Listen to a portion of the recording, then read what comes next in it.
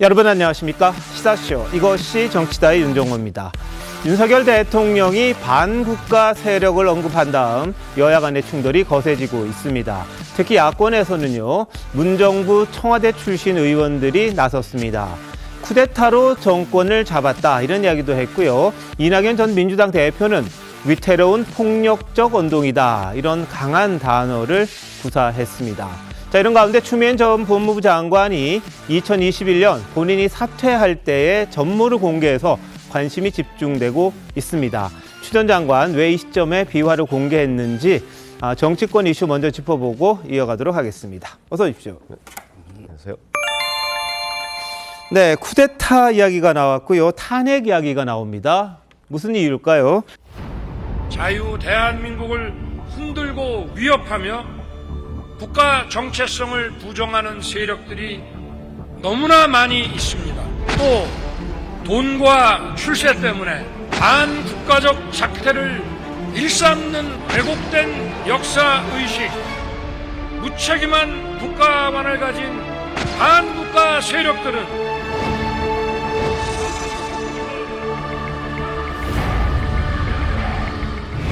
윤석열 대통령은 문재인 반국가 세력, 문재인 간첩 밑에서 검찰총장을 했단 말입니까? 윤석열 대통령도 간첩 종업원이었습니다. 이런 발언들이 실제 반국가적 범죄 행위는 아닌지 굉장히 충격적이고 분열적인 발언인데요. 문재인 정부에서 사실상 쿠데타를 통해 가지고 검찰 개혁을 반대하면서 조국 수사를 하셨던 분 아닙니까?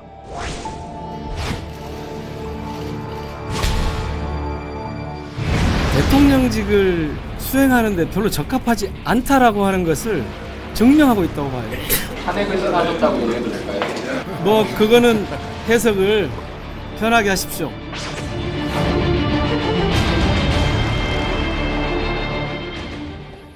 네. 반국가 세력 이 발언을 놓고 이제 탄핵까지 말이 나옵니다. 뭐 개인의 이야기라고는 합니다만 다른 의원들은 주변에서 그것까지는 아니다 말을 했지만 이 갈등은 또 커지고 있는데요. 자, 최용 편장님, 이거 어떻게 봐야 됩니까? 그러니까 윤석열 대통령이 반국가 세력을 언급하면서 종전선언을 노래하고 다녔다 이렇게 얘기를 했는데 네. 물론 뭐 문재인 정부다 이런 표현은 쓰지 않았습니다. 예. 근데 이제 잘 아시다시피 5년 전에 종전선언을 계속해서 얘기하고 다니고 뭐 유엔 총회 발언 가서 연설 때도 포함시키고 뭐 했던 게 이제 문재인 전 대통령이기 때문에 예. 야당으로서는 전 뭐 당연히 반발할 수 있다고 보고요. 아마 윤영찬 의원이 뭐 사실상의 쿠데타 운운하는 것도 그에 대한 반작용이 아닌가 이런 생각을 하게 됩니다. 예. 그래서 이게 이제 진영으로 지금 뭐 정확하게 갈려서 자, 민주당 진영에서는 이제 윤 대통령의 저 발언에 대해서 집중적인 공격을 퍼붓고, 그다음에 국민의힘에서는 이제 방어를 하고 뭐 이렇게 돼 있는데, 글쎄 그냥 저희 같은 기자들이 객관적으로 보면 저는 현장이 굉장히 중요했다고 보거든요. 자유총연맹 창립 기념식 아닙니까? 네. 그 자유총연맹은 사실 아시다시피 우리 나라에서 가장 큰 어떤 관변 단체 중에 네. 하나입니다. 예. 그러다 보니까 이제 이념적으로도 굉장히 보수 쪽에 치우쳐져 있는 그런 단체로 돼 있으니까 아마 그런 현장 분위기 같은데 이제 윤석열 대통령이 좀 영향을 받은 것이 아닌가 네. 그렇게 평가를 하고요. 예. 그래서 이제 만약에 윤 대통령의 저런 인식이 앞으로 다른 뭐 광복절 기념사라든가 아니면 뭐 이런 데에서 계속 노출이 된다면 저건 윤 대통령의 기본 생각이 저렇구나라고 얘기를 할 수가 있지만 네. 어제 대통령실 관계자 말에 따르면 뭐 그게 특정 정부를 겨냥한 것이 아니다 이렇게 또 약간 후퇴를 했어요. 예. 그렇게 보면 오히려 이제 처음에 반국가 세력 발언을 한 것이 현장 분위기에 영향받은 바 크다. 뭐 그런 쪽으로 저는 해석을 하고 있습니다. 네. 자, 그런데 윤영찬 의원처럼 민주당 의원들, 청와대에 있었던 분들, 윤 대통령이 문재인 정부에서 사실상 쿠데타를 통해서 검찰 개혁에 반대했고 그래서 대통령이 됐다. 이를 정당화하려고 하다 보니까 극단적인 발언이 나왔다. 이런 주장을 합니다. 일단 이야기 들어보시죠. 이분이 어찌됐든 문재인 정부에서 사실상 쿠데타를 통해 가지고 검찰 개혁을 반대하면서 조국 수사를 하셨던 분 아닙니까? 그래서 대통령이 되셨는데 지금 본인의 정당성을 주장하려고 하다 보니까 이런 극단적인 발언들이 나오는 거고 저 이전 정부를 부인해야 되는 그리고 자신을 정당화해야 되는 굉장히 모순된 그런 언행을 하고 계신다. 저는 그렇게 생각이 들어요. 쿠데타라는 의미는 제가 발언은 어떤 의미로 이해해야 될까요? 조국 장관을 문재인 대통령께서 임명을 하시지 않았습니까? 이분이 반발을 하면서 사실상의 대통령 인사에 대해서 인사청문회도 하기 전에 수사에 들어갔었죠. 검찰 개혁을 거부하기 위한 일종의 검찰총장으로서의 쿠데타였다고 저는 그렇게 생각을 합니다. 아, 그 조국 전 장관에 대한 수사가? 그렇죠. 거기다가 이전 정부에 대한 일종의 열등감도 작용하는 거 아닌가. 열등감이요? 그런 생각이 듭니다. 네. 자, 쿠데타 어떻게 보셨습니까? 먼저 이제 그 반국가 세력부터 보면요, 우리나라는 이제 그 자유민주주의 시장 경제를 기반으로 이제 그 수립된 이런 나라입니다. 근데 자유민주주의나 시장 경제에 부인하면 당연히 이제 반국가 세력이죠. 예를 들어 헌법에 자유를 빼자는 세력, 이게 반국가 세력 아닙니까? 그다음에 6.25를 미국과 중국의 전쟁이라고 주장하는 세력, 이게 반국가 세력 아닙니까? 또는 북한의 제재, 유엔 제재를 풀어달라, 이렇게 주장하는 세력. 네. 이런 게 저는 전부 반국가 세력이다. 그리고 이제 그 괴담, 사드 괴담을 퍼뜨려서 예를 들어 사드 배치를 못하면 우리 안보 자해행위잖아요. 북한 핵을 뭐로 막아요? 이게 반국가 세력 아닙니까? 뭐 제가 보기에 저는 특정인을 거명 안 해도 국민들에게 누가 반국가 세력인지 알 수 있다, 이렇게 보이고요. 그다음에 두 번째 윤영찬 발언은 이게 아주 부적절합니다. 네. 쿠데타를 제가 이게 사드를 다 찾아봐도 쿠데타는 이게 그 비합법 무력 등을 이용한 비합법적인 정권 탈취, 이게 쿠데타입니다. 예. 아니 윤석열 대통령이 0.73%지만 투표를 통해서 대통령이 됐는데 그럼 이게 쿠데타로 탈취한 겁니까? 이런 게 말도 안 되는 주장이잖아요. 네. 본인들에게 반국가 세력하면 도둑이 재발 들듯이 본인들은 막 발발 뛰면서 상대에게 무조건 거구다. 이게 더 심한 발언이에요. 네. 거구는 히틀러의 나치즘, 무솔리니의 파시즘, 이게 거구입니다. 지금 이게 우리 거구가 어디 있습니까? 윤 대통령이 왜 거구냐 말이에요. 저는 이런 식으로 오히려 윤영찬 의원이 쿠데타 발언은 국민에게 모독하는 이런 게 발언이다, 이래 봅니다. 알겠습니다. 국민의힘에서도 맞서서 주장을 내놓습니다. 어떤 이야기인지 한번 보시죠. 민주당 윤영찬 의원이 검찰총장이 쿠데타를 일으켜서 대통령이 됐다, 이런 취지 발언했는데 어떻게 보실까요? 주권을 가진 국민의 선택을 아주 폄하하고 악의적으로 정제되지 않은 말을 하셨다고 생각합니다. 문재인 5년 동안 그렇게 했잖아요. 전방부대 해체하고 GP 다 파괴하고 중국 가서 스스로 소국이라고 낮추고 중국몽을 지지한다고 하고 중국이 요구하는 삼불정책, 군사주권 포기하고 그거 했으면 그 반국가 세력 아닙니까? 네, 홍준표 대구시장도 윤 대통령을 거들었습니다. 반국가 세력 맞다, 문재인 정부. 국가안보 위에 끼쳤으면 반국가 세력이고 고투리 잡고 할 것 없다, 반성하라, 이런 말을 했는데요. 자, 일단 전수민 대변인 어떻게 보셨어요? 네, 반국가 세력의 범위가 굉장히 넓어질 것 같습니다. 미국의 조지 부시 대통령이 뭐라고 제안했냐면요, 2006년에 우리 그 노무현 대통령에게 한국과 북한, 미국 서로 종전선언 같이 체결해보고 사인하는 게 어떠냐, 우리 북핵 문제 이렇게 타개해보자 제안하셨거든요. 그러니까 미국의 조지 부시 대통령도 종전선언 얘기하고 이런 북한 문제 해결을 얘기했기 때문에 반국가 세력이 되는 건지, 종전선언에 사인한 33명의 미국 의원들도 반국가 세력이 되는 건지, 전 윤석열 대통령에 좀 묻고 싶습니다.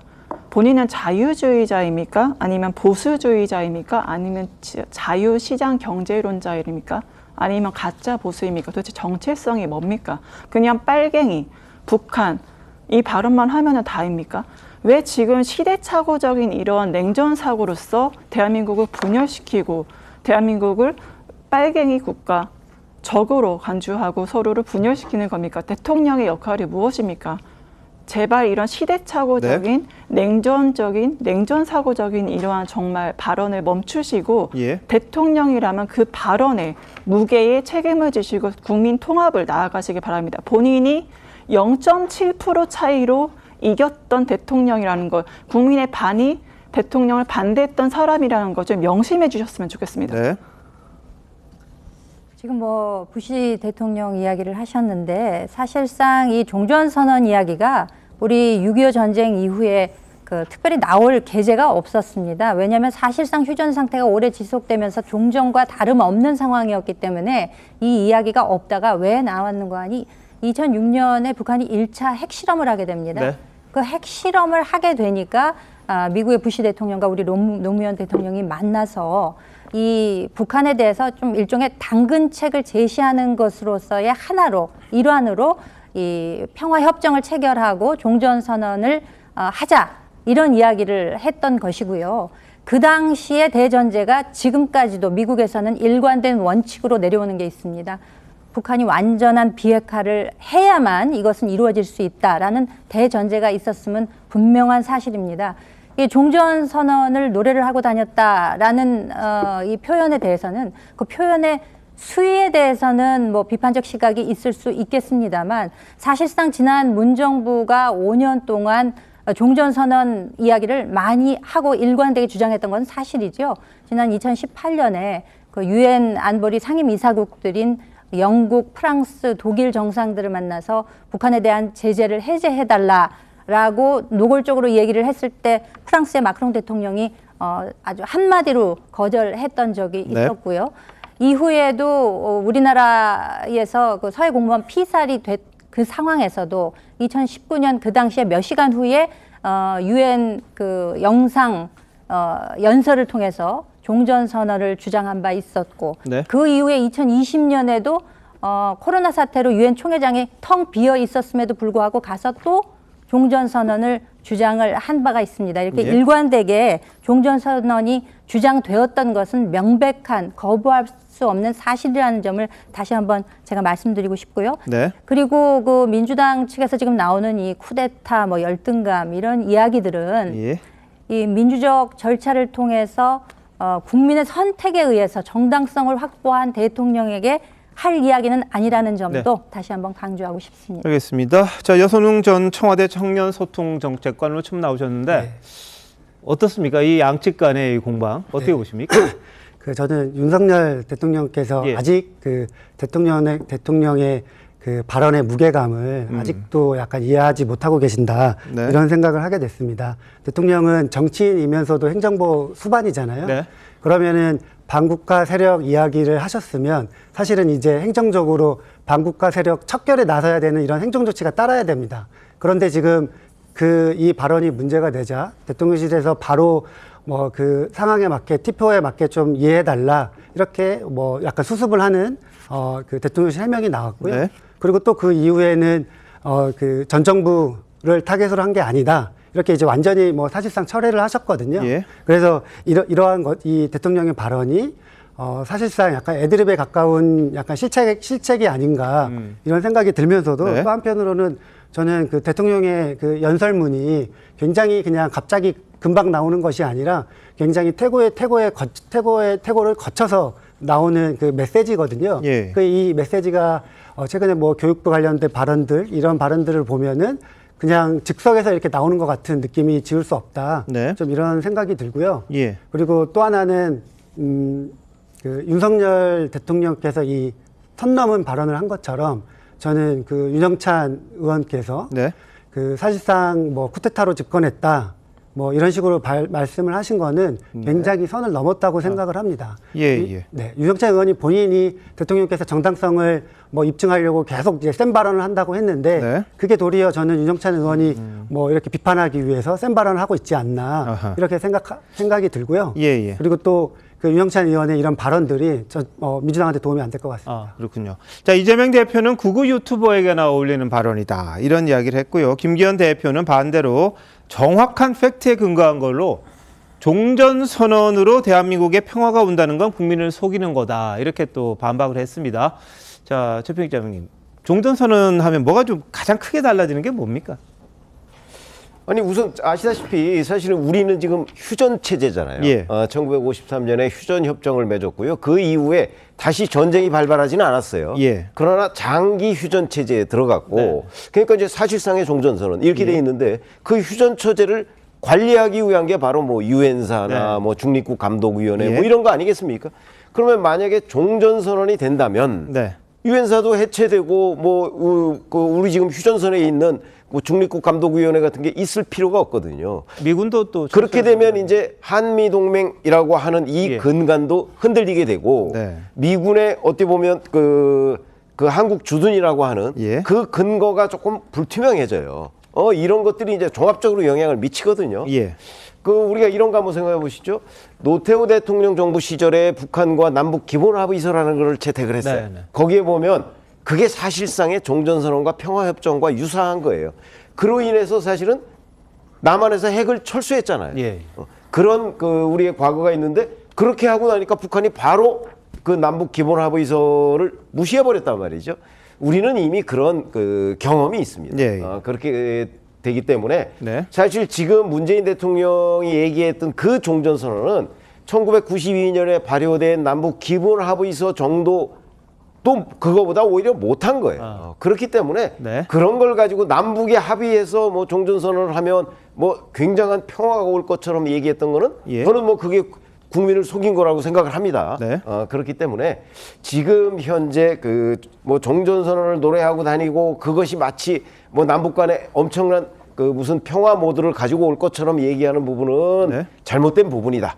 그러나 역시 또 그렇다고 해서 그게 곧 반국가 세력들이 하는 짓이냐 하는 그 표현도 맞는 건 아니다. 이렇게 생각합니다. 문재인 정부의 청와대 출신 의원 21명 어제 기자회견을 열었고요. 윤 대통령 사과 요구하는 과정에서 아까 보셨습니다만 민영배 의원이 대통령이 그 자리에 더 있어서는 안 된다는 국민의 목소리가 커질 것이다. 이렇게 이야기를 했습니다. 직접 한번 보시죠. 대통령직을 수행하는데 별로 적합하지 않다라고 하는 것을 증명하고 있다고 봐요. 그 자리에 더는 있어서 안 되겠다는 국민들의 목소리가 커질 것이고 그렇게 하지 못하도록 하는 방법에 대해서도 고민을 해야 될 것 같고요. 탄핵을 시사하셨다고 이해해도 될까요? 뭐 그거는 해석을 편하게 하십시오. 열어두겠습니다. 민영배 의원이 저렇게 이야기했습니다만 주변에 있던 의원들은 그렇게까지 해석할 건 아니다 이렇게 좀 무마를 하긴 했어요. 근데 민영배 의원은 열어두겠다 이렇게 이야기를 했는데 이게 탄핵을 시사한 건데 어떻게 보세요? 저는 이제 민영배 의원 또는 이제 옛날에 김용민 의원 탄핵 집회 이런 자들이 이게 바로 반국가 세력이에요. 이런 자들이 이게 반국가 세력이에요. 아니 국민이 뽑은 대통령을 탄핵을 하자? 이게 반국가 세력 아닙니까? 저는 도저히 납득이 안 되고요. 지금 요즘 보니까 이게 송영길 대표까지 뭐 태블릿 PC가 조작되니 어떠니 하던데 저는 개인적으로는 이게 박근혜 대통령 탄핵도 잘못됐다고 생각하는 개인적인 생각이지만 이런 게 입장인데 지금 이게 윤석열 대통령이 1년 만에 뭘 잘못했다고 저는 탄핵을 주장하는지 도저히 납득이 안 되고요. 그다음에 조금 전에 우리 종전선언 이야기했잖아요. 제가 이게 역사적인 통계를 하는 논문을 보니까 전쟁이 제일 많이 난 나라가요. 불가침 조약을 맺은 나라들끼리입니다. 옛날에 독소 불가침 조약 해놨고 침범합니다. 결국 이 평화라는 거는 종이 위에 잉크로 평화가 오는 게 아니에요. 예를 들어 종전선언 100번 하고 뭐 평화협정 100번 한다고 평화가 오는 게 아니에요. 평화는 강력한 힘, 그리고 그 힘을 언제든지 사용할 수 있다는 강력한 의지, 이게 있어야 평화가 오는 거예요. 근데 문재인 대통령은 그냥 종전선언만 주장한 게 아니고 9.19 합의 같은 걸 보면 아주 우리한테 불리한 안보 자해적인 이런 게 본인이 양보를 하겠지만 이런 내용으로 종전선언을 주장했기 때문에 저는 이게 반국가적이다 이렇게 보는 거예요. 자, 전수미 대변인 어떻게? 그러니까 민주당이 저렇게 의원들이나 민주당 내부에서 얘기를 하는 건 당연한 거 아니겠습니까? 그 야당의 기능은 바로 견제와 균형입니다. 지금 윤석열 대통령이 잘한 건 잘했다고 하고 못한 건 못했다고 하겠죠. 윤석열 정부 취임 1주년이 지났습니다. 지금까지 윤석열 뭐 하고 있습니까? 전 정부 탓하고 있어요. 교육도 개각할 때도 전 정부가 못해서 이제서야 하는 거다. 수능 5개월 남은 수험생들 어떤 느낌입니까? 철저하게. 그리고 윤석열 대통령이 된 아이콘이 있습니다. 바로 박근혜 대통령에 대한 국정농단에 대해서 수사팀장 윤석열. 권력의 사유화를 철저하게 파괴하고 본인만의 정의를 세우는 그런 수사팀장 윤석열. 이것이 지금의 윤석열 대통령을 만들었습니다. 그러면 뭘 국민들이 기대할까요? 새로운 정부, 새로운 정부에서는 과거 정부와 다르길 기대해서 뽑은 게 아닙니까? 대통령이 된 게 아닙니까? 그럼 다른 모습 보여주셔야죠. 근데 지금 남탓만 하고 있고 네. 계속 북한, 빨갱이, 편가르기 이런 행태들이 국민이 기대한 모습이겠습니까? 예. 그렇기 때문에 민주당에서 문제를 네. 제기하는 거고 그렇기 때문에 오늘 나온 한국갤럽 조사에서도 직무수행 평가 36% 잘하고 있다, 56% 못하고 있다. 그 후쿠시마 오염수도 국민의 85%가 방류해서 안 된다. 국민을 정말 낮게 보지 않으신다면 제발 소통하시고 국민의 목소리를 들으시고 이제는 같이 여야가 합치하는 그런 모습을 보여주셨으면 네. 좋겠습니다. 예. 뭐 야당의 물론 역할이 이제 견제와 균형이 있죠, 물론. 그렇다고 해서 탄핵하자고 하는 것이 어디 견제와 균형의 이를테면 정당성을 뒷받침하는 주장이 될 수 있습니까? 탄핵이라고 하는 거는요, 그렇게 만능 치트키처럼 아무 때나 불쑥불쑥 꺼내 들 수 있는 단어가 아니라고 저는 생각합니다. 김용민 의원이 뭐 작년에 그 정부 출범도 했는데 그때 시민집회에 나가가지고 탄핵 이야기를 네. 꺼냈습니다만 민영배 의원도 지금 웃으면서 아주 가볍게 이야기를 하시는데 탄핵이라고 하는 것은 법과 법률에 위배되는 심대한 잘못이 있을 때 최후의 수단으로 활용되어져야 마땅한 것이 탄핵이기 때문에 네. 이렇게 무슨 아무 때나 웃으면서 가볍게 견제와 균형 이걸 위해서 말을 꺼낸다? 이것은 우리 정치 전반을 위해서도 결코 저는 좋은 사인이 아니라고 생각합니다. 네. 뭐 여나야나 대통령도 마찬가지입니다만 적절한 단어 내지는 뭐 적절한 내용을 가지고 뭐 서로 간에 공방을 할 수는 있다고 봅니다. 근데 윤석열 대통령은 아마 지난번에 있었던 여러 가지 일들을 잘못된 걸로 판단을 하고 있는 것 같습니다. 본인의 의지는 굉장히 강한 것 같고요. 그 과정에서 남북관계와 관련된 부분 그리고 국가의 정체성이라든지 이런 부분들을 무너뜨리려고 했던 부분들이 있다고 인식하고 이런 이야기를 한 것 같습니다. 거기에 대해서 이제 야당 강하게 반발하는데 나라가 제대로 되기 위한 방향으로 좀 공방이 이어졌으면 하는 그런 바람입니다. 추미애 전 법무부 장관이 어제 한 유튜브 방송에 출연을 했습니다. 자신이 장관직에서 물러난 건 문재인 전 대통령의 요구 때문이었다. 이렇게 밝혔는데요. 자, 이 추 전 장관의 일종의 폭로라고 할까요? 이걸 보면 야권 내에서, 야당 내에서 뭔가 분열의 조짐이 보이는 것 아니냐. 이런 생각도 좀 들 만큼 좀 적나라합니다. 한번 보시죠. 대통령께서 물러나 달라라고 저한테 말씀을 하셨어요. 아, 대통령께서 직접? 네. 제가 물러나 달라는 것을 비서실장을 통해서 아침에 연락을 받았어요. 중간에 농간인이라고 저는 생각했어요. 그래서 나를 자르려면 국무총리를 통해서 해임 건의를 해주면 좋겠다. 그리고 이제 오후에 네. 제가 그 권력기관 네. 개혁 비전 발표회가 있었는데 네네네. 그게 막 눈에 하나도 안 들어오는 거예요. 뭐냐면 이 빨리 대통령님께 네. 이 사안의 심각성을 말씀드리고 네. 저를 유임을 시켜야 네. 이게 수습이 됩니다라고 말씀드리고 싶어서 네. 그래서 이제 들고 이제 갔죠. 갔는데 결론은 똑같았어요. 네, 추 전 장관 본인을 유임시켜야 검찰개혁 이룰 수 있다 그랬는데 추윤 갈등 상황 속에서 결국 윤석열 검찰총장의 손을 들어준 게 문 전 대통령이었다. 이렇게 좀 해석이 될 수 있는 부분이거든요. 그러다 보니까 문 전 대통령이 그 당시에 판단을 잘못한 것 아니냐 이런 취지로도 읽혀집니다. 자, 이성훈 전 정책관 어떻게 보십니까? 이 부분은요? 네, 사실은 저는 추미애 전 장관이 대표 시절에 있어서 충분히 공이 있다고 생각하고 법무장관 시절에도 뭐 검찰총장과 이렇게 그 갈등이 있는 부분에서 애로사항이 좀 있었을 것이라고 좀 생각이 듭니다.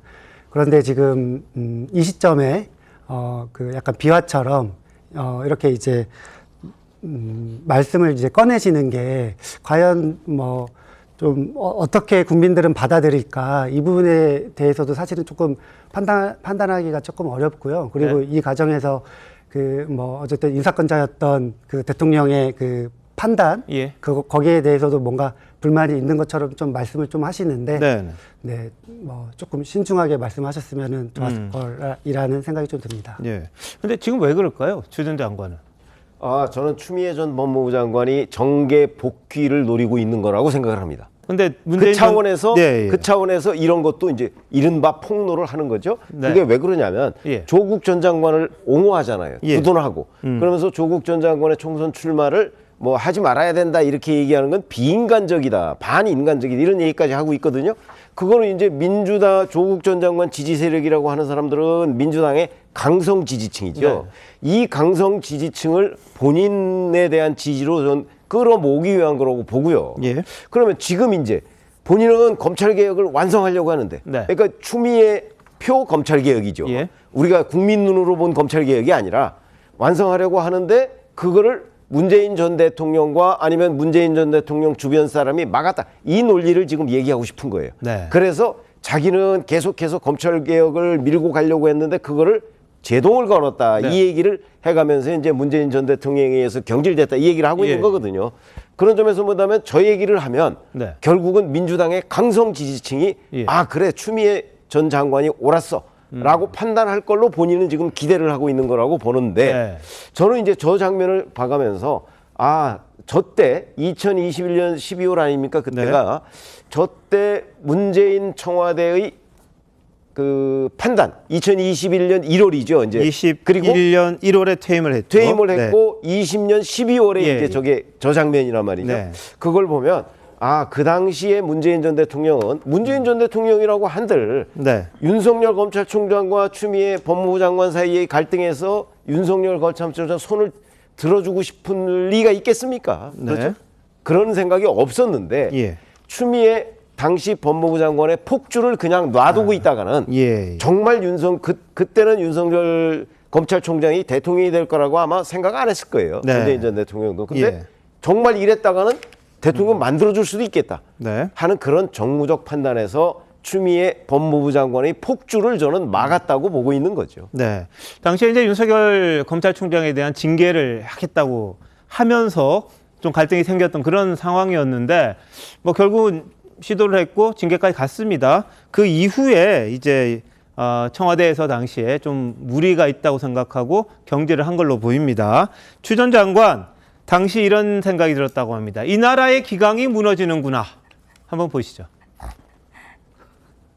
얼마나 마음이 먹먹하고 힘들었느냐 하면 이 엄청난 비위를 가지고 잠 한숨 못 자고 그냥 이걸 대통령님께 드리면서 그 순간까지 긴장의 끈을 놓치지 않고 몇 달을 버텨왔는데 그 결론이 제가 물러나는 거라고 하니까 이 나라의 기강이 무너지는구나.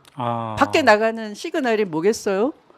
검찰총장은 이제 내 가는 길에 쾌도 남마처럼 달리는 것만 남아있지 어떤 장애물도 없다. 이렇게 생각할 거 아니겠어요? 그러면 검찰 국가의 탄생을 아무도 못 막아요. 후폭풍이 너무 겁나는 거예요. 윤석열도 물러나게 하겠구나 이런 생각을 했을 것 같아요. 그러나 저는 그 핸들링이 쉽지 않다.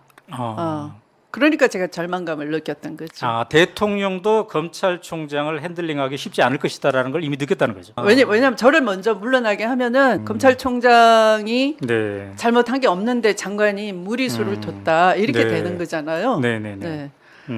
그러면 물러날 이유가 없는 거죠. 물러나게 하질 못하죠.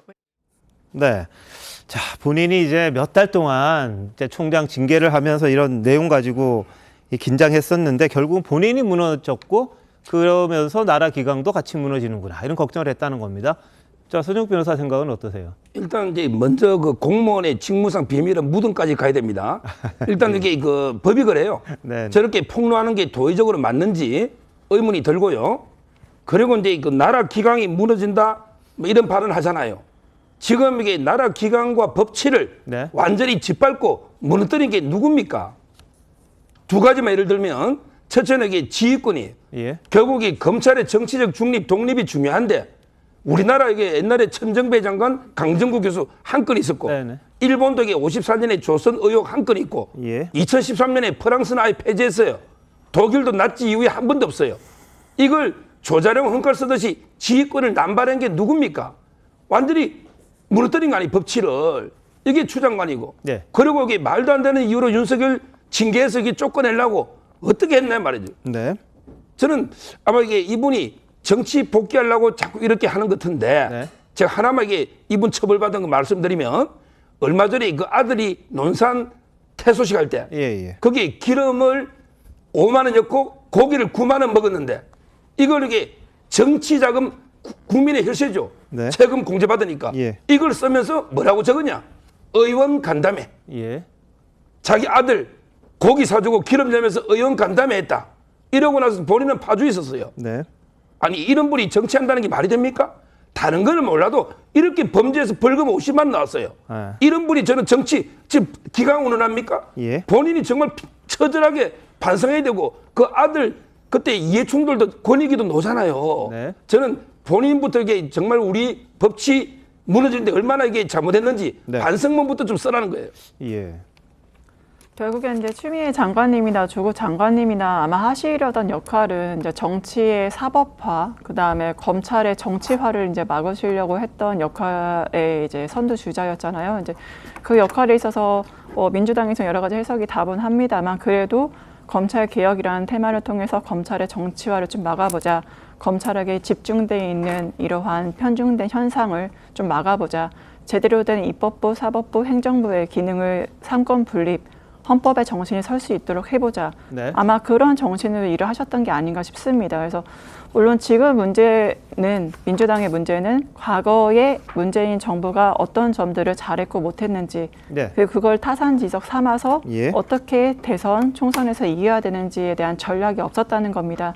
결국엔 추미애 전 장관이나 문재인 대통령에서 일했던 사람들 모두 다가 이제 과거에 대한 평가는 분명히 필요하고 그걸 타산지석으로 삼아서 이제 다음 총선에서 민주당이 국민들에게 어떠한 가치를 보여주고 어떻게 국민들과 함께할 것인지 그런 비전을 보여줘야 국민들에게 희망이 될 수 있다. 대한 정당이 될 수 있다 생각합니다.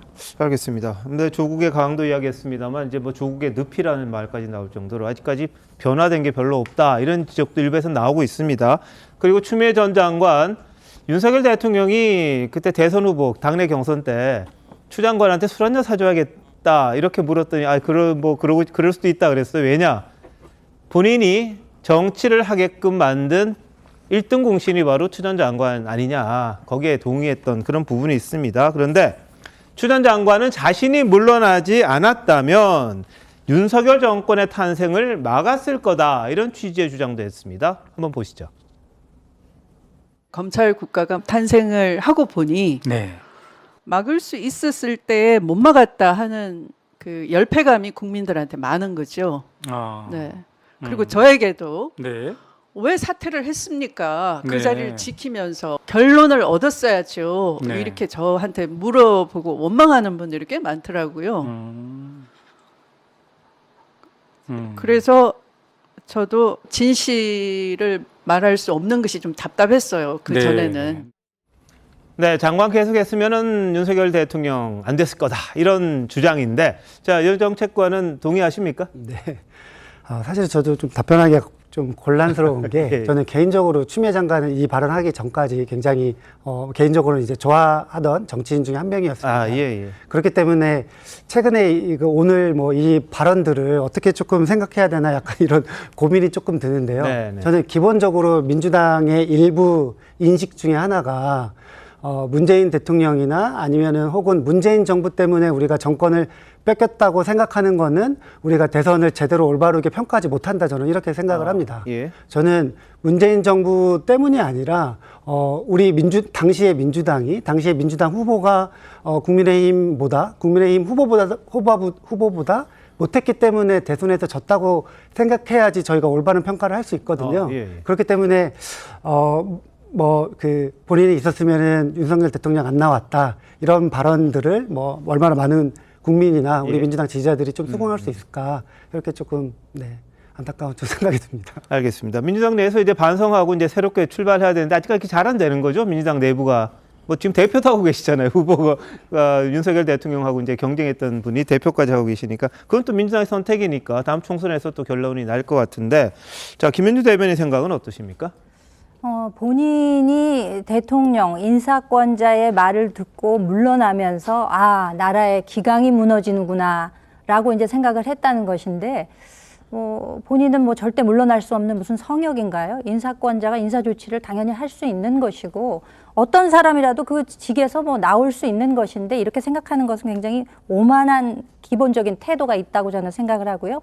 또 만약에 자신이 물러나지 않았다라면 그 윤석열 그 정권의 탄생을 막을 수 있었을 텐데 라는 이야기도 저는 무척 그것 역시 오만한 생각이라고 생각을 합니다. 왜냐하면 추미애 장관의 그간의 국민들께 보여온 여러 가지 모습들, 내지는 지난 문정부의 5년간의 국정 성과라면 성과, 실패라면 실패, 이런 모든 것들을 종합적으로 판단해서 국민 여러분들께서 대통령 선거에서 한 표를 던짐으로써 그 총의가 모아져서 정권 교체가 된 것인데, 마치 본인이 거기에 큰 기여나 한 것처럼, 본인이 그것을 좌지우지할 수 있는 것처럼 이렇게 생각하는 것 자체가 네. 저는 큰 문제라고 생각을 합니다. 예. 그렇기 때문에 지금 아마 뭐 이재명 대표에 대해서 비폭력 무저항 간디에 비유하면서 이제 눈물이 난다, 이제 이런 이야기를 네. 하시면서 최근에 상당히 정치적인 존재감 발휘에 굉장히 좀 몰두하시는 모습인데, 네. 아마도 이게 정치 재개의 어떤 발판을 마련하고자 하는 그런 모습이 아닌가, 네. 그렇게 관측되고 있어서 예. 앞으로는 또 어떤 일이 벌어질지 한번 지켜보려고 합니다. 알겠습니다. 근데 뭐 추미애 장관이 본인이 직접 간디다, 이재명 대표가 그건 아니고 간디 같은 그랬더니 뭐 동의를 했던 그런 부분입니다. 자, 근데 추 전 장관이 법무부 장관 시절에 수사 지휘권을 발동했고, 그리고 징계 문제로 윤석열 당시 검찰총장과 정면 충돌하면서 이른바 추윤 갈등이 일어났었는데, 당시 생각나십니까? 한번 다시 보실까요? 검찰총장이 저의 명을 거역한 것입니다. 인사 의견을 내라라고 했음에도 불구하고 그런 식으로 인사하는 법이 없습니다. 뭐 이렇게 이렇게 보여주는 게 그게 인사 협의가 아니거든요. 장관의 말을 겸허히 들으면 좋게 지나갈 일을 알란다는 검찰총장 두고 일을 해본 적도 없고. 잠깐 제가 물어본 게 있잖아요. 지금 내 명을 거역한다는 그거는 부하한테나 하는 얘기고, 검찰총장은 법무부 장관의 부하가 아닙니다. 부하라는 단어는 생경합니다. 선을 넘는 발언이 있었다라고 생각합니다. 중상모략이라는 단어는 제가 쓸 수 있는 가장 점잖은 단어라고 저는 생각합니다. 검찰총장의 비리 혐의가 매우 심각하고 중대하여 징계를 청구하고 직무 집행 정지 명령을 하게 되었습니다. 업무에 빨리 복귀할 수 있도록 신속한 결정을 내려주신 사법부에 감사드립니다. 대한민국의 공직자로서 헌법 정신과 법치주의를 지키기 위하여 최선을 다할 것을 약속드립니다. 네, 당시에 그 갈등 참 치열했습니다. 양측도 그랬고요. 또 추 전 장관의 한마디에 윤석열 검찰총장, 당시 검찰총장이 반박을 하면서 지금의 정치인 윤석열을 만들었던 게 아닌가, 이렇게 해석이 될 만큼 그 당시에 상당한 공방이 오갔습니다. 추미애 전 장관도 거의 뭐 사생결단하듯이 이 징계를 밀어붙였는데, 이육사의 시도 인용했고요. 절정이라는 시도 인용하면서 뭐 본인이 꿋꿋하게 자신의 길을 가겠다, 이런 입장을 드러내기도 했었고, 윤 당시 검찰총장도 뭐 만만치 않게 저항을 했었습니다. 그래서 결국은 직무정지를 법원이 일단 풀면서 총장직에 복귀했고, 그 이후에 그 본안이 끝나기 전에 총장직 내려놓고 정치에 뛰어들었던 그런 일이 있었죠. 기억나시죠, 그 당시? 다 기억나죠. 그래서 예. 제가 아마 그때 이것이 정치다에서 그런 말씀을 드린 적이 있었는데, 윤석열 검찰총장이라는 사람이 차기 정치 지도자로 부상하게 된 과정, 그걸 제가 이제 한국갤럽 기준으로 쭉 말씀드린 적이 있었어요. 네. 12달 거를 다 한번 분석을 해봤어요. 예. 그랬더니 추윤 갈등은 1년 내내 있었잖아요. 그렇죠. 예. 그리고 처음에 2020년 1월 2일에 추미애 법무부 장관이 취임을 했는데, 예. 취임하자마자 이른바 학살 인사라는 걸 했습니다. 예. 그때 처음으로 윤석열 검찰총장이 차기 정치 지도자의 1%로 이름을 올렸어요. 1%. 예. 그리고 나서 그 해에 총선이 있었지 않습니까? 네. 그러다 보니까 2월에 윤석열 당시 검찰총장이 총선 때까지는 수사 중단, 이렇게 얘기를 했거든요. 그러니까 그 갈등이 별로 없었어요. 없으니까 윤석열 당시 검찰총장의 이른바 지지율이 뚝뚝뚝 떨어져서 나중엔 별로 없고, 그러다가 이제 추미애 법무부 장관이 또 이른바 그 수사지휘권 문제로 다시 검찰총장을 이제 그 탄압하기 시작하니까 다시 또 지지율이 올라요.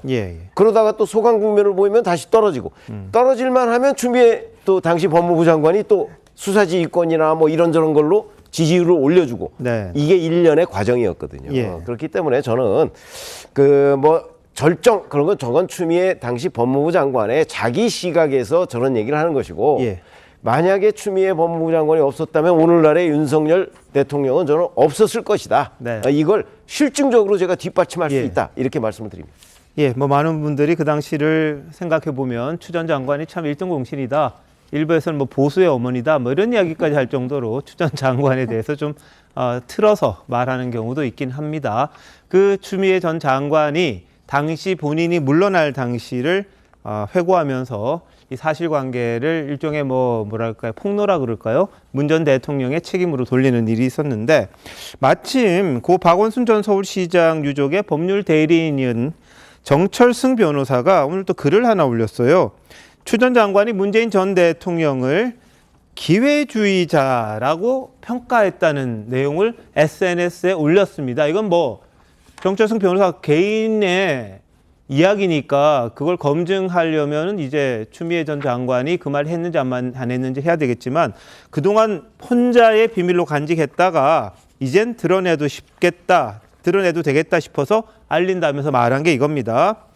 추 전 장관이 한마디 딱 했는데 기회주의자예요 물었다는 거예요. 한마디 물었더니 문재인은 기회주의자예요 이랬다는 거예요. 한마디로 답을 대신했다는 건데, 자, 이건 어떤 뜻일까요? 정철수 변호사가 저걸 SNS에 올리는 게 과연 옳은 건지 잘 모르겠습니다. 잘 아시지만 그런 말이 있습니다. 진보는 분열로 망하고 보수는 부패로 망한다.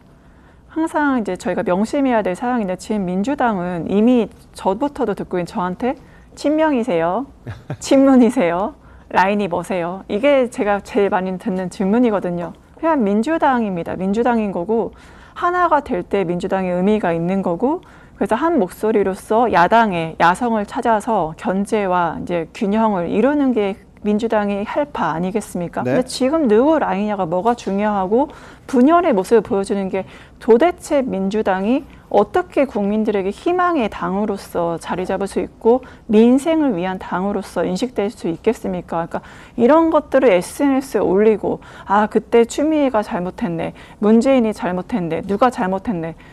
과거 평가하는 건 좋지만 남 탓하고 분열을 갈라치기로 조장하는 게 과연 민주당이 얼마나 이익이 있을까, 그 국민들에게 얼마나 그 희망을 줄 수 있을까, 이런 점들을 충분히 고민을 해야 될 시점입니다. 지금은 민주당이 하나가 돼야 될 시점입니다. 그런데 기회주의자라는 건 어떤 의미일까요? 아마 근데 저게 일단 먼저 전 진실인가 아닌가부터 보면요, 팩트일 가능성이 높다고 봐요. 왜냐하면 이게 만약에 그 추미애 장관이 문재인 대통령 보고 이제 기회주의자라는 말을 안 했다면 그러면 이게 고소를 당할 수도 있거든요. 그렇기 때문에 그 일단 팩트는 맞다 이렇게 보이고요. 아마 이제 추미애 장관의 입장에서는 문재인 대통령이 기회주의자로 보였겠죠. 왜 그러냐면 이게 그 윤석열 대통령과 본인 사이에서 오락가락 왔다 갔다 하면서 눈치를 보고 이렇게 개혁도 제대로 못하고 이렇게 자기를 먼저 또 뭐 헤매고 이런 게 여러 가지 기회주의자로 이게 보였을 수는 있다. 추미애 장관 눈에는 이렇게 보는데요. 저는 이게 과연 일국의 장관까지 하고 당대표까지 하신 분이 이렇게 지금 문재인 대통령 계시잖아요, 양산에. 이렇게 정철성 변호사 만나가지고 이렇게 욕을 하는 게 이게 맞습니까? 자기를 이게 그것도 장관식이 주고 당대표까지 하신 분 아니에요. 어떻게 그걸 가지고 이게 정철성 변호사하고 어떤 관계를 만난지는 모르겠지만 그 문재인 대통령이 기회주의자라고 이렇게 어떻게 보면 뒤에서 비난하는 거거든요. 저는 이것도 이게 추미애 장관이 아주 행태가 잘못됐다. 도리가 아니다. 이렇게 봅니다. 이게 이제 작년 9월에 들었다는 이야기니까 뭐 그때 뭐 사석에서 이야기를 했는지 모르겠습니다만, 이게 좀 뭐 본인이 9월에 비화를 듣고 포스팅했다가 많은 비난받고 또 내렸다가 이렇게 했다는 겁니다. 그래서 무슨 이유로 이야기를 했는지 모르겠습니다만 추 전 장관이 좀 답답했던 모양이죠. 본인 책임으로 자꾸 뭐가 돌아오니까 윤석열을 대통령 만든 게 본인이라고 이야기 자꾸 들으니까 거기에 대해서 한마디 하고 싶었던 게 아닌가 싶은데, 자, 2020년 12월 16일 오후에 합동 브리핑을 했던 추미애 당시 장관이 몇 시간 만에 물러나게 됩니다. 그 과정을 한번 보시죠. 저는 검찰 3의 최고 감독자인 법무부 장관으로서 오랫동안 해결하지 못한 검찰 개혁의 소명을 완수하고 검찰이 국민에게 신뢰받는 공정한 기관으로 거듭날 수 있도록 앞으로도 최선을 다할 것임을 국민 여러분께 약속드립니다. 문재인 대통령은 추미애 장관의 추진력과 결단이 아니었다면 공수처와 수사권 개혁을 비롯한 권력기관 개혁은 불가능했을 것이다. 추 장관 본인의 사의 표명과 거취 결단에 대해서도 높이 평가하며 마지막까지 맡은 소임을 다해주기 바란다고 말했습니다. 네. 근데 그때가 이제 지금 정직 2개월, 윤 총장에 대해서 정직 2개월 나온 상황이었습니다. 그래서 이제 2개월 가지고 허탈하다 이런 생각했는데 마침 이제 책임진다고 했으니까 들어와라, 사표 내라 이런 이야기 들었다는 거예요. 그래서 그걸 좀 거부하면서 제가 잘 마무리하겠다, 사익서 쓸 생각 없다 그러면서 다시 청와대로 들어가서 할 일이 많은데 중간에서 그만두면 안 된다 이런 말을 했지만 결국은 물러나게 됐더라, 뭐 이런 이야기였습니다. 자, 그럼에도 불구하고 추미애 전 장관은 이 임사에서 문 전 대통령에 대한 고마움도 이야기를 했습니다. 한번 보시죠. 때로는 피구름을 삼키며 무릎이 부서져도 한 걸음 한 걸음 앞으로 내디뎠습니다. 개혁에 저항하는 크고 작은 소란도 있었지만 시대 정신의 도도한 물결은 이제 그 누구도 거스를 수 없는 것이 되었습니다. 이 자리를 빌려 검찰개혁의 소임을 맡겨주시고 끝까지 격려를 아끼지 않으신 문재인 대통령님과 박상기 전 장관님, 조국 전 장관님의 헌신과 노고에 깊이 감사드립니다. 네, 김현지 대변인, 그건 뭐 그냥 일종의 립 서비스입니까? 글쎄요. 이제는 말할 수 있다. 이제 폭로전이 이제 여러 군데서 이제 아마 앞으로 더 나올 가능성이 저는 높다고 생각을 합니다. 지금 추미애 전 장관도 본인의 과거 입장에 대해서 뭐 억울하다고 생각됐던 점을 지금 분출을 하고 있고, 여기에다 이제 정철승 변호사 같은 분들이 뭐 기회주의자다라는 이야기를 들었다는 것을 지금 이야기를 하고 있습니다만, 그런 본인은 뭐 기회를 이용하고 있는 것이 아닌가라는 생각도 또 지울 수 없고요. 그럼에도 지금 사실 민주당이 굉장히 어려운 국면에 있지 않습니까? 이재명 대표의 사법 리스크라든가 돈봉투 의혹이라든가 김남국 코인 사건 등으로 인해서 너무나 어려운 나머지 이제 혁신위 출범을 시켰는데, 이 혁신위에 대해서도 지금 이것이 앞으로 나아갈 수 있을 것인가, 과연 혁신위가 무엇을 할 수 있을 것인가에 대한 여러 가지 의견들이 나오고 있는 가운데 지금 어떻게 보면 뭐 올드보이 층이라고 할 수 있는 분들도 나오시고 추미애 전 장관조차도 이렇게 나오시게 되면 저는 이것이 민주당의 어떤 분열의 씨앗으로 작용하지 않을까, 저는 그런 예측을 해보고요. 아마 머지않은 시기 내에 이런 것들이 좀 가시적으로 더 좀 확대될 가능성도 있지 않나, 그런 생각을 해봅니다. 자, 여기에 송영길 전 민주당 대표도 문재인 대통령이 검찰 개혁을 제대로 못해서 지금의 윤석열 정권을 탄생시켰다 이런 주장을 또 합니다. 자, 일단 한번 들어보시죠. 저는 검찰 개혁 정말 문재인 대통령 때 제대로 했어야 되는데 제대로 못해서 지금 윤석열 정권을 탄생시킨 게 아닌가. 검찰은 공무원입니다. 인사권자는 대통령입니다. 대통령이 해임시켰으면 됐어요. 윤석열 바로 해임시켰어야 돼요. 왜 해임을 못 시켰습니까? 뭘 그렇게 겁을 내고 후폭풍을 두려워해서. 애초부터 나는 임명을 반대했지만 윤석열 임명했더라도 조국 장관과 싸웠을 때 인사권 침해 쿠데타잖아요. 그걸 우리 검찰총장이라고 이렇게 오냐오냐해서 여기까지 만든 게 너무나 안타깝고요. 추미애 장관하고 막 싸우고 있을 때 인사권자가 뒤에 숨어 있을 게 아니라 이미 추미애 장관이 징계했던 게 1심에서 이겼잖아요. 그때 문재인 대통령께서 해임시켰으면 지금 이런 괴물 같은 대통령이 탄생할 수가 없습니다. 네, 돈봉투 의혹으로 지금 검찰 수사를 앞두고 있는 송영길 전 대표, 문재인 전 대통령이 참 뭐라 그럴까요? 이 안타까운 것 같아요. 그때 바로 해임했으면 대통령까지는 안 됐을 거 아니냐. 그러면 정권 바뀌었다고 이렇게 재판받고 그러진 않을 거 아니냐. 뭐 이런 취지로 그때 한번 주장했던 게 이어지는 내용 같습니다. 자, 추미애, 송영길 모두가 문재인 전 대통령 때문에 윤석열 정부가 탄생했다 이렇게 이야기를 하는데 민주당 내에는 여정책권 민주당 내에는 지금 친문이 여전히 있잖아요. 그렇죠. 그럼에도 불구하고 지금 문재인 전 대통령에게 책임을 묻는 거 그 당이 좀 갈라질 수 있는 여지가 있어 보인다. 여기에 수박 논쟁까지 가세되는 그런 상황 아닙니까? 네, 추미애 대표나 추미애 전 대표나 송영길 전 대표님의 발언들은 지금 나오고 있는 개파 싸움 관련은 없는 것 같고요. 저는 송영길 대표님은 최근에 조금 수세에 좀 몰린 상황이잖아요. 얼마 전에는 태블릿 PC가 조작됐다. 네. 보수 쪽에서도 잘 인정하지 않는 그런 주장들을 하고 계시고, 지금 오늘도 문재인 대통령이 굉장히 비겁했다 이런 말씀을 하셨는데, 민주당 전직 대표님들 도대체 왜 이러는 걸까요? 네, 좀 답답하고요. 그리고 소영길 전 대표님은 최근에 이제 행보들을 보면은 약간 이제 좀 센 발언들을 굉장히 조금 많이 하시는데요. 이게 지금 극단의 정치 상황에 몰린 정치인의 뭔가 좀 그런 발버둥이 아닐까. 네, 그렇게 좀 생각을 해봅니다. 알겠습니다. 현실적으로 좀 어려운 지경이다 이 말씀으로 들리는데, 자, 그런데 여기에 이성윤 법무연수원 연구위원이 MBC 라디오에 출연을 했습니다.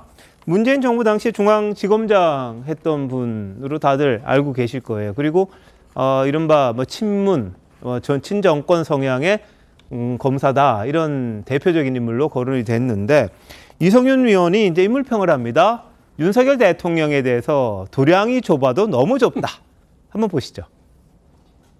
이게 토끼문을 수사를 당했는데 윤석열 사당의 특징입니다. 윤석열 총장이 과거에 표범이 사냥감을 낚아채듯 수사를 해라. 그런 비유를 많이 했죠. 윤석열 총장은 보고를 받을 때 화가 나면 화를 내는 정도가 아니고 본인 화를 참지 못하고 크게 언성을 높이는 걸로 유명합니다. 말 본세에 문제가 있다는 것은 이제 전 국민이 알고 있고요. 이 윤석열 총장은 그냥 검찰주의자입니다. 검찰은 무오리의 엘리트 집단이라는 생각을 하고요. 자기에게 동조하지 않거나 반대계를 내면 몹시 싫어하고 적처럼 취급하면서 공식적인 업무 관계에서도 눈을 마주치려고 하지 않습니다. 도량이 좁아도 너무 좁다라는 생각을 많이 했었습니다.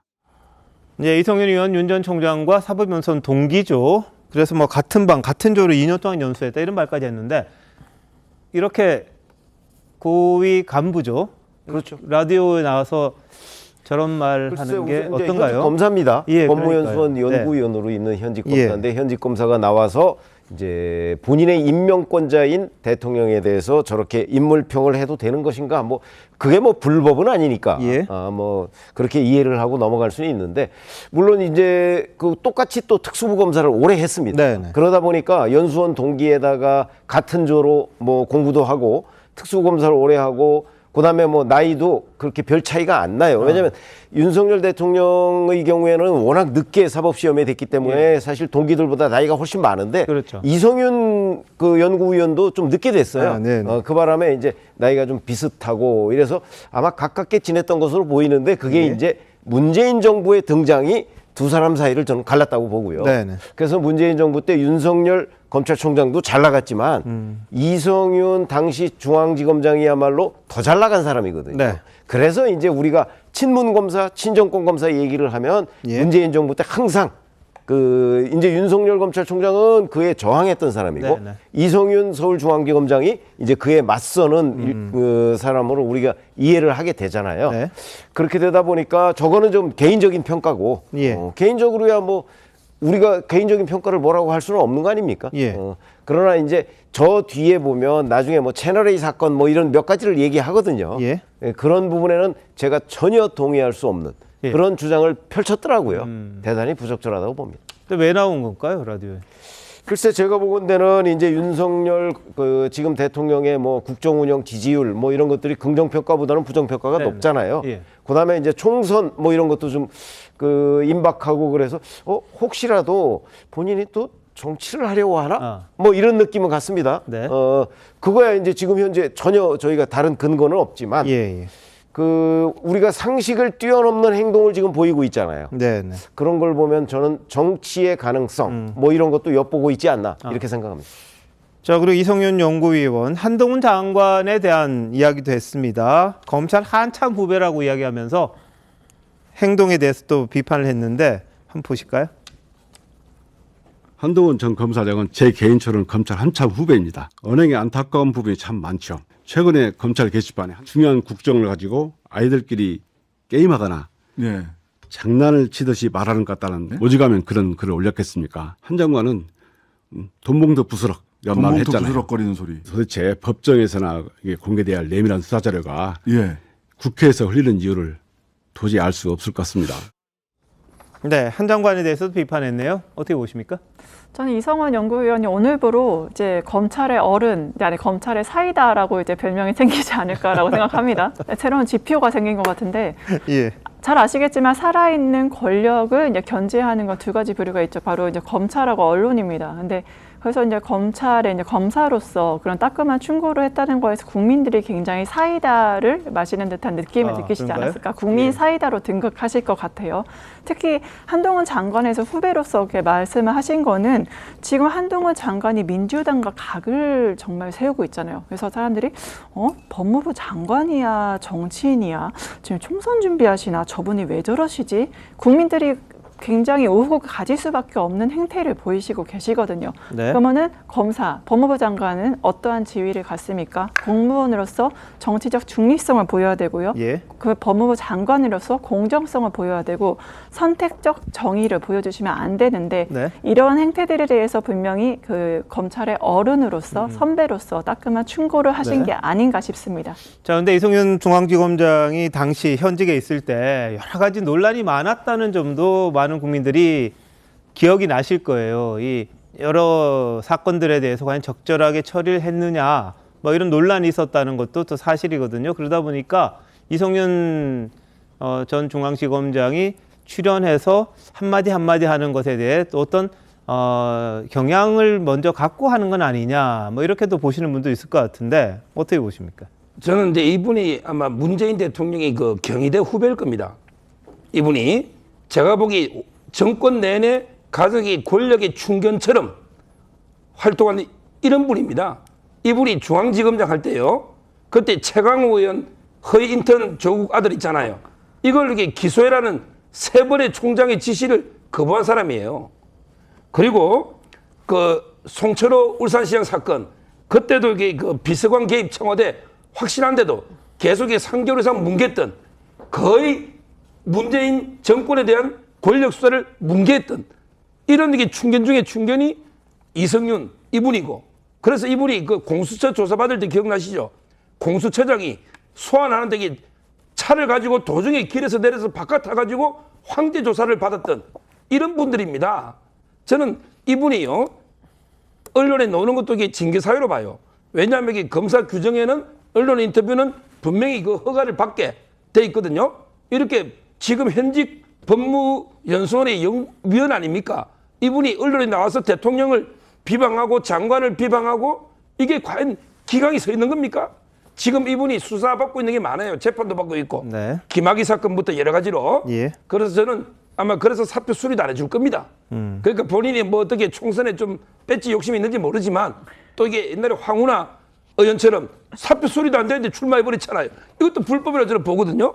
이번에 이분도 아마 사표 수리는 안 될 것 같은데 출마하려고 하는지는 모르지만 이런 식으로 사실을 왜곡해서는 안 된다 봐요. 자, 알겠습니다. 근데 황운하 의원 같은 경우는 이제 뭐 법적인 그 다툼이 있었는데 어떤 출마해서 당선된 데 대해서 문제가 없었다고 기억이 나고요.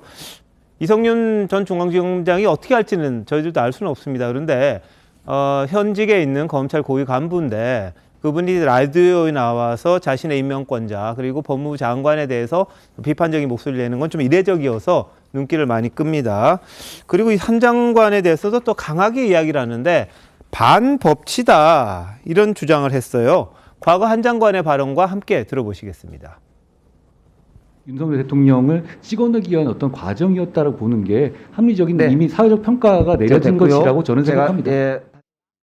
법무부 장관이 대놓고 법원의 결정을 정면으로 그렇죠. 부정하는 거죠. 이건 반법치죠. 그런데 올해 법무부의 중점 업무 추진 과제가 반법체행 엄단입니다. 굉장히 자의적이고 그리고 애들 장난도 아니고. 네. 윤 총장에 대한 징계가 적절했다고 이제 행정법원이 판단한 게 있습니다. 그걸 한 장관이 대통령, 그러니까 당시 검찰총장 찍어내기 위한 거였기 때문에 사회적 평가 다 나왔다 했는데 거기에 대해서 법원 판결도 그럼 무시하냐 이런 취지로 이야기한 거거든요. 자, 여 정책관은 어떻게 보셨습니까? 네, 저는 일단은 공무원이 이렇게 언론에 이제 인터뷰하고 막 이러는 것 자체가 그냥 꼭 이성윤이 아니라 그 공무원이 그런 것을 해도 되냐 약간 이런 거에 대해서 비판적인 시각을 가지고 있습니다. 그런데 이게 일례로 이성윤 위원이 처음이 아니라 한동훈 법무장관도 자천돼가지고 법무연수원인가요? 뭐 어디에 한직으로 물러났었는데 그때 언론이랑 굉장히 인터뷰를 많이 하고 막 단독 기사도 굉장히 많이 뽑아냈습니다. 그리고 또 앞으로 가서 보면은 윤석열 대통령도 검찰총장 시절에 정부 비판, 대통령 비판, 정권 비판 많이 했던 걸로 뭐 기억을 합니다. 그런 측면에서 이게 예전에 이제 그렇게 해가지고 한번 뜨고 나니까 뭐 공무원들이 약간 공본을 조금 잘 이해하지 못하고 뭐 이렇게 이제 본인의 약간 정치적인 뭔가 이 노림수로 이렇게 발언을 하는 것이 약간 공복으로서의 조금 맞는 행위일까 약간 이런 점은 좀 의문이 좀 듭니다. 근데 한동훈 장관이 현직에 있을 때요. 제 기억에는 이게 언론에 나가서 문재인 대통령 비난하는 게 기억이 안 나거든요. 알겠습니다. 그러니까 체크를 해봐야 될 거예요.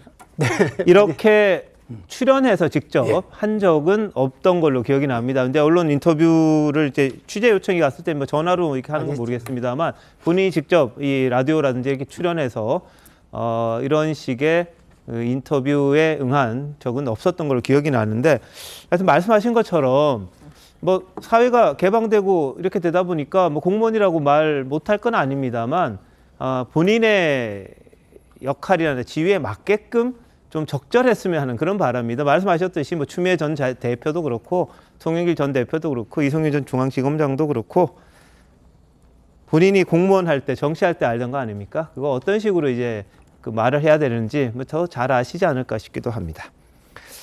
법무부가요, 이 국내 공익 사업에 일정 금액을 투자하는 외국인에게 거주 자격 주고 5년 동안 거치하면 영주권 주는 그런 프로그램이 있는데 공익투자이민제도 기준 금액을 대폭 올렸습니다.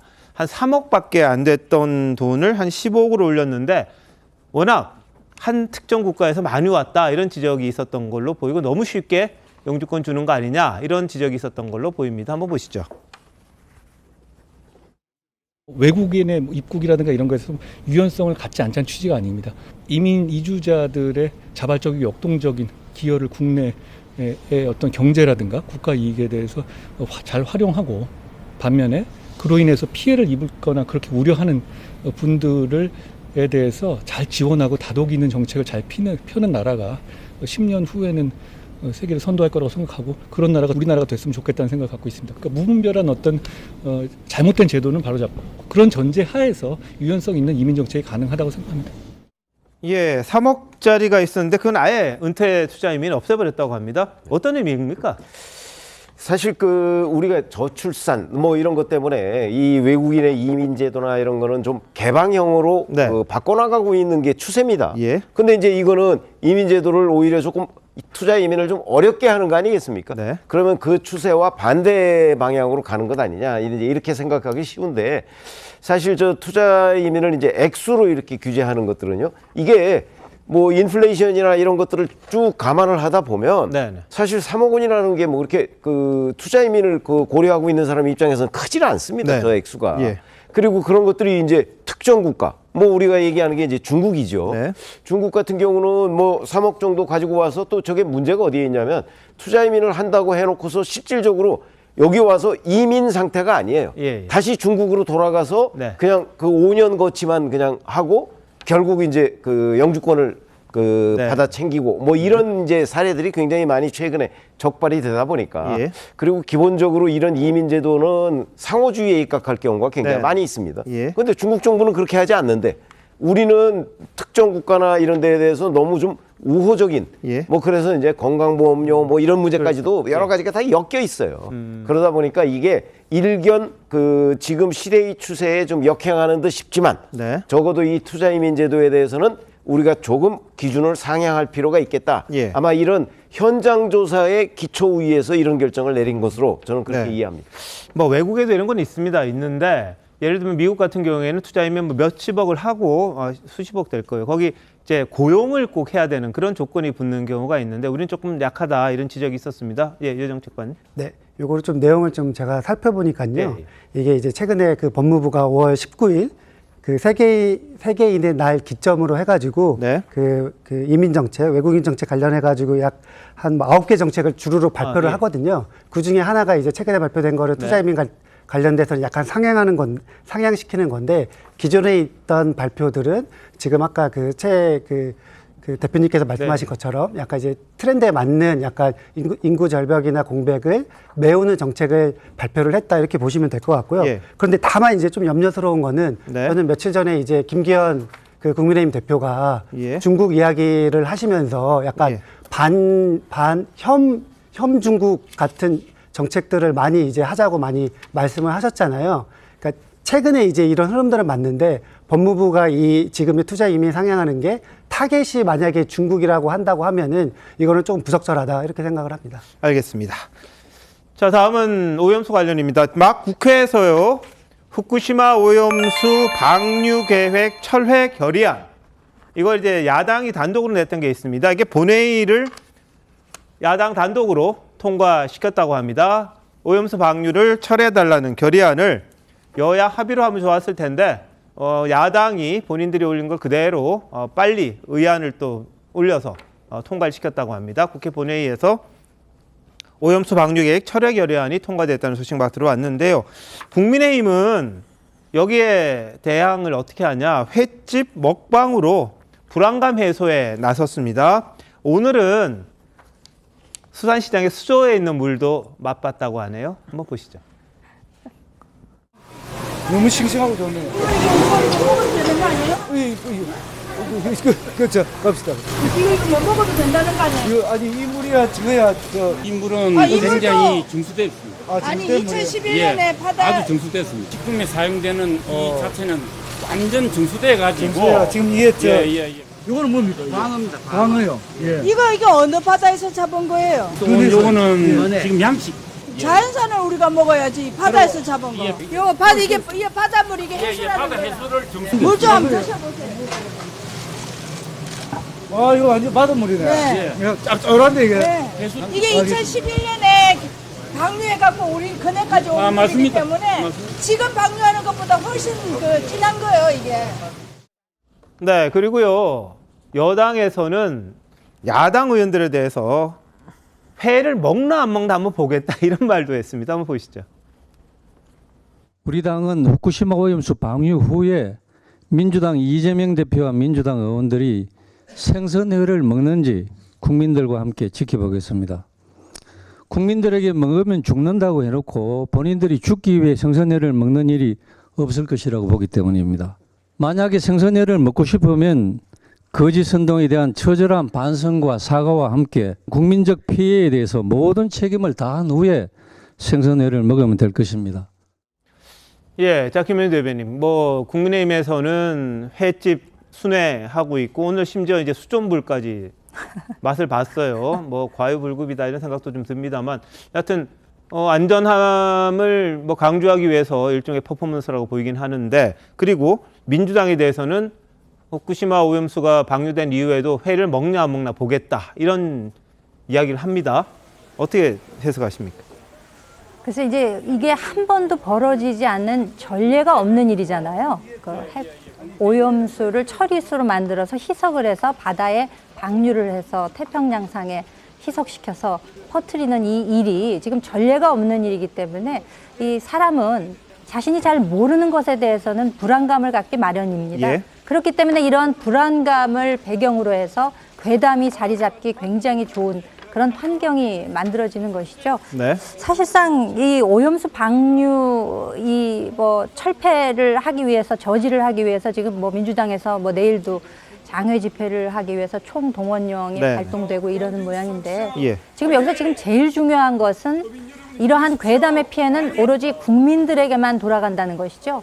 지난 뭐 광우병 사태 때도 그랬고 사드 전자파 때도 그랬고 실제 손해를 보는 사람은 국민들입니다. 국가와 국민에만 이 손해가 가기 때문에 지난 그 뭐 참외 농가에서도 뭐 초기에는 뭐 300억 피해를 봤다고 예. 하는 그런 집계도 있었습니다만 지금 어업협회, 어민협회에서 얼마 전에 여의도에 오셔가지고 큰 절까지 하면서 제발 살려달라는 그런 지금 이야기를 하고 있지 네. 않습니까?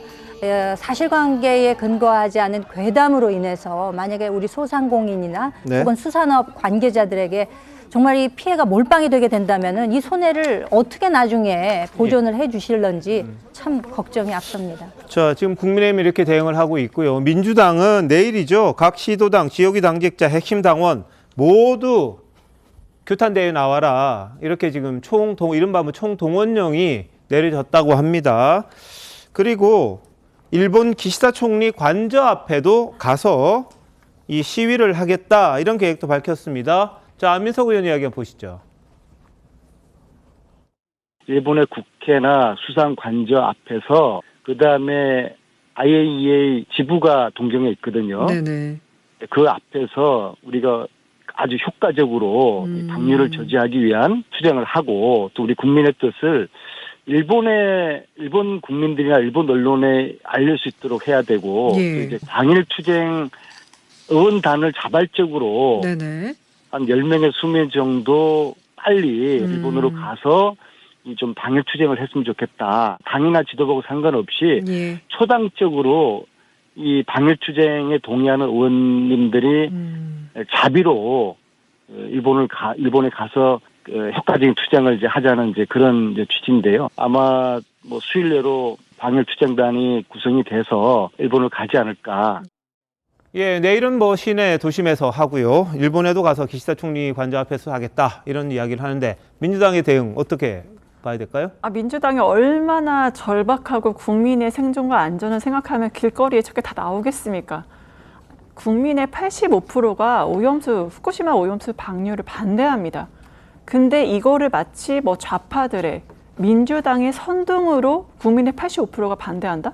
국민의 개돼지로 보시는 겁니까?